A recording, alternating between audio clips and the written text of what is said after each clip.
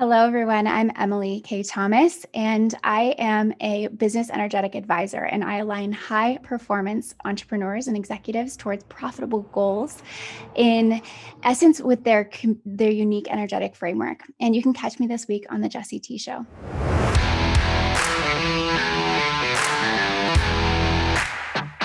Emily K. Thomas, what is up, girl? Hey, it's so good to be here. Thank you for having me. Yeah, my pleasure. All the way from Portugal. Today I'm in Portugal. Yes. I'm all over the world. You can catch me in different places all over the world. Today on the Depends Jesse on T where I Show. am. Yep. Today I'm on the Jesse T Show, and I am in Portugal, Oh and yeah. I am stoked to be here. Well, we're glad to have you, and such a great vibe that we have in conversation. And we did some work together, and you worked your magic in my world in terms of energy and just kind of things that have played out. And we'll get into that in detail. But who are you? What do you do? I am an energetic advisor. So, in layman's terms, I help people understand who they are at soul level and help them really implement those energetic qualities in everything that they do so that they enjoy life more, to be honest. So, I want to be known for that person that just loves life. And bigger than that is helping everyone else just love their own life, right? And not always aspiring to be something, different or better, but just actually being yourself. Like, how are you? And who are you? And how can you really implement that into everything that you do? A So, human being. a human being, not human doing, right? Love it. Yes. So, So tell me a little bit about this energy advisor slash, guru, mom, business entrepreneur, 1%, ass kicker, all that good stuff. Who is that, and what does all that mean?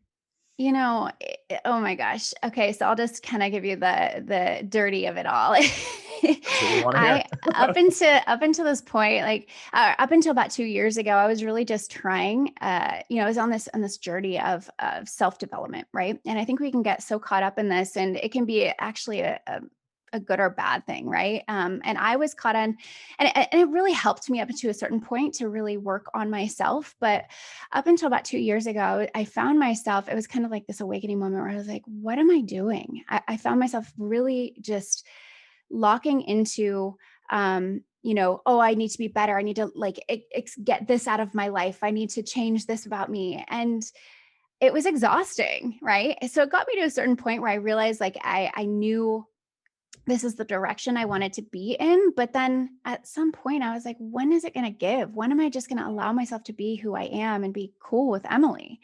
And so that was really a moment where I started to get inquisitive about, okay, who really is this person and how do I want to show up in the world? And it came down to a moment where I was actually planning a speech for my grandmother's memorial.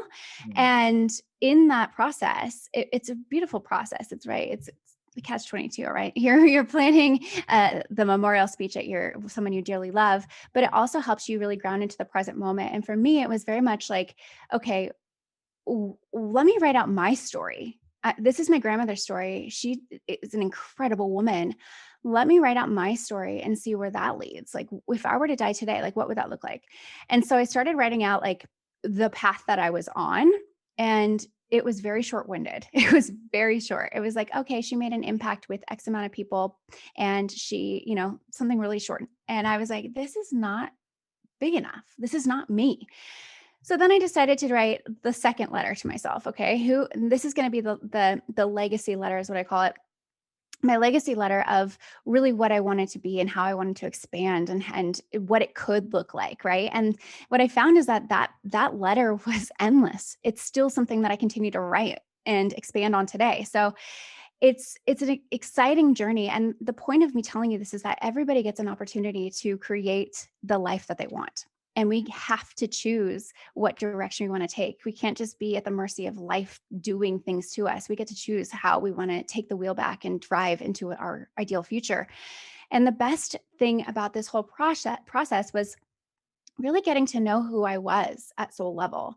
I ended up getting a very aligned mentor who helped me navigate that process. And I believe in this process so deeply because it helped me fine tune not only how I wanted to be presented in the world, but how I wanted to create.